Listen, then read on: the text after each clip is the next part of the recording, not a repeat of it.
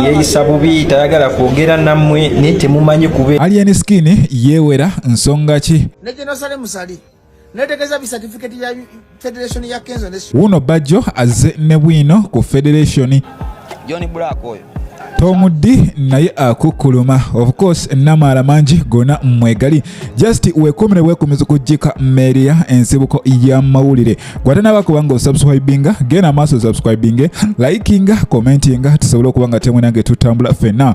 Buterevu ntandise n'omukulu Alien Skin. Musajja mukulu ono munange jukira yakava e London. Era ono yakomyewo n'ategeezanga munange wagenda okubanga embozi agikumanga ya chama. Era TV yonna ejetaga munange eina okumuwa sente. Era ono yasabye $5 nambirira TV yonna eyagala okufuna embozi ye. Wabula n'abategeeza singa balema okubanga ate munange bamuwa sente ezo ne baagala bafulokinge bagende ku TikTok batandike okusalayo munange video ze agenda kubaako ne kyakola. Alien Skin agenze maaso n'abawa ennaku era singa zigwayo ono agenda maaso munange agende ku TikTok live ye atuwe embozi yonna. Kitegeeza munange abali ku TikTok bajja kuba munange basobola okubanga bafuna buli kimu. Wabula ono tajja kwagala TV yonna kubanga munange ekozesa content we. Jukira bino byonna bize oluvannyuma lwa TV stations ezimu n'abantu ab'enjawulo okuva ne bagamba bagala kulwanisa mukutu guno ogwa TikTok gulabike ng'ate munange guvaawo. Era nga okusinziira nga munange sources we ziraga TVM munange eno nga yakola kyamaanyi nnyo okubanga munange erwanisa Alien Skin. Era otabalabyeko wali n'entebe munange babadde bagezaako kumuwa interview naye engeri Alien Skin munange gye yakutemu ebintu nga munange si nnungi. Wabula abantu ab'enjawulo bavudde ne bagamba Alien Skin akyuse kati amampaati mangi wabula ate waliwo ensonga ezimu ze batamanyi. Naye njagala naawe weerabireko ensonga zonna ate tumanye ekigenda mu maaso. Mwana mbasanya mwana kuntimba mwana kamera mwana nga sirise. Kimenka akyuse kati afunye sente atandise okukyuka biki nedda Kimenke takyuse. Truth is oyo omwami omulaba ali so real. Bwe kyoba omanya TV kyasinza omubba omusumali zasinga omulwanyisa eyo TV yalimu yenyireza omukolako interview yalimu yamulwanyisanga nnyo yamukubanga emisumali buli lunaku. Era kitegeeza amanyi ba Yuda ku ye amanyi abatamwagaliza. Olowooza lwaki abalala bonna bayita bayisizaako bwatyo? Bw'obola vidiyo n'ogimalayo bangi babadde atambula ng'abuuza ng'agenda abannyonnyola bo ayogera nabo bulungi. Naye yo TV yennyini ayinza okugamba ye yamutwala ebweru nedda Douglas ye yamutwala. Douglas papa tebadde okuva nga akyali ku likodi yo papa tebaddewo. Kitegeeza eyo oyavudde mukwano gwange yatuuse bulungi ewaka era newaka bannamawulire bamusazeeko wabula bano tebabadde organized. Bano nga buli omu abuuza kibuuzo kye tebali mu order kale nga tebali professional. Era bw'atyo ono yalabye ng'ebintu biganya okubanga munange biterera bw'atyo n'asalawo n'abaleka mu bbanga era n'abategeeza banange wemuneesootinga nze wendi nja kudda. sabubi tayagala kwogera nammwe naye temumanyi kubeera bakakkamu na kubeera abantu abasobola okuba arranged okwekangama etino okwekakkanya omuntu bwe mubuuza ebibuuzo n'ayogera. Kati mwaganye ne mutandika okuyomba n'abakakkanya.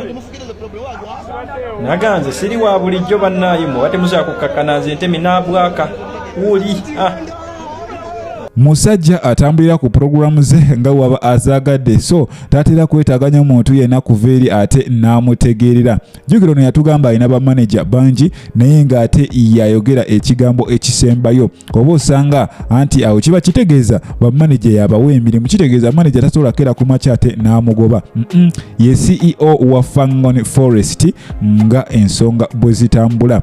Wabula eyo nga nkujjeyo yadde ng'ebyo bikyali awo bityo Alien Skin palaso n'omukulu Tomuddi naye alina akakuku ku musajja mukulu John Black era nga ensonga zaabwe zirudde no ebbanga nga Tomuddi agamba John Black munange yamuli akawaani ono yamulimba ka video paka nakati akyakalinda takalaba. Era nga gye bujja maaso awo tuyinza okulaba munange empalana erinnye enkandago nga eri wakati w'omukulu Tomuddi kw'ossa ne John Black.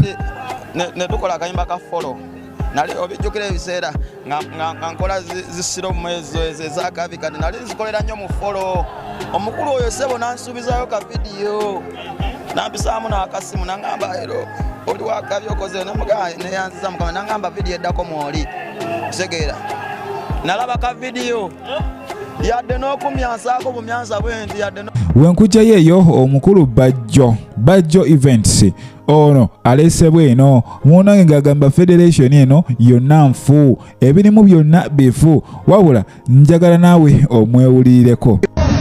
Mpandiise pointi zange wano nze wandiise wano netegereza certificate era kanze basomere bulungi muzitegeere siwandiikangako nga leero President Museveni ne General Musali netegereza bi certificate ya federation ya Kenzo ne Shiba mbiwandiise no wano kambi basomere bulungi siwandiikangako emyaka gye mmaze ku nsi naye ero mbakutte obujega mbakutte ensobi tumudikiteeta bwalwa mu ntebe abatategeera bituli byakuya mu federation kubanga URSB yakoze ensobi order from above bakanzo babukinga erinnya bakozesa National Musician Federation nga entity type yali private company limited by guarantee without shares obanga registering association kubanga ekintu kibayita ekiri national kuba national kiba kyagwanga lyonna federation eba yagwanga yonna federation kyeyina ba shareholders babiri Kenzo ne Shiba ne batekako secretary lona abaddenga lawyer waabwe secretary nga yekyali mpa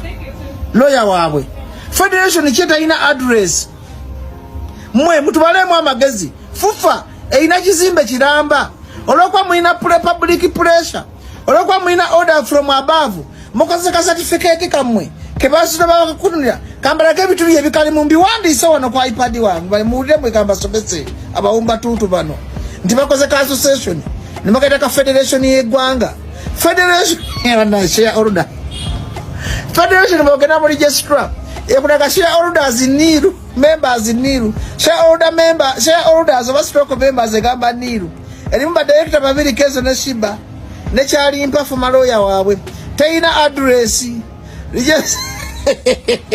teyina annual returns teyina share capital certificate efulumidde mu linnya ddala ate nga balisavinga linnya ddala ate nga kodi yemu ya URSB amanya ganjawulo kodi yemu URSB yakulaga teyina biwandiiko bimala kufulumya certificate documents are not available ndi wano kugogombisa afinga documents are not available kitegeeza for that entity n'ebiwandiiko tebiriyo n'emanya ga bitundu General Musale pressure yolikole Museveni temujja kusirwaza bannayuganda tosobola kufulumya federation etayina address tosobola kubanga walisavinga linnya ddala nga toligestalinze linnya ddala tali federation eyina badirector basatu nga yaggwanga fufa muyige ze di professor nalyo mutogwengege wali mbadde ku gogo nga nsoma nga ndaga how a federation is formed in a country ne gwanga lyagwa bannayuganda mukyabona certificate infu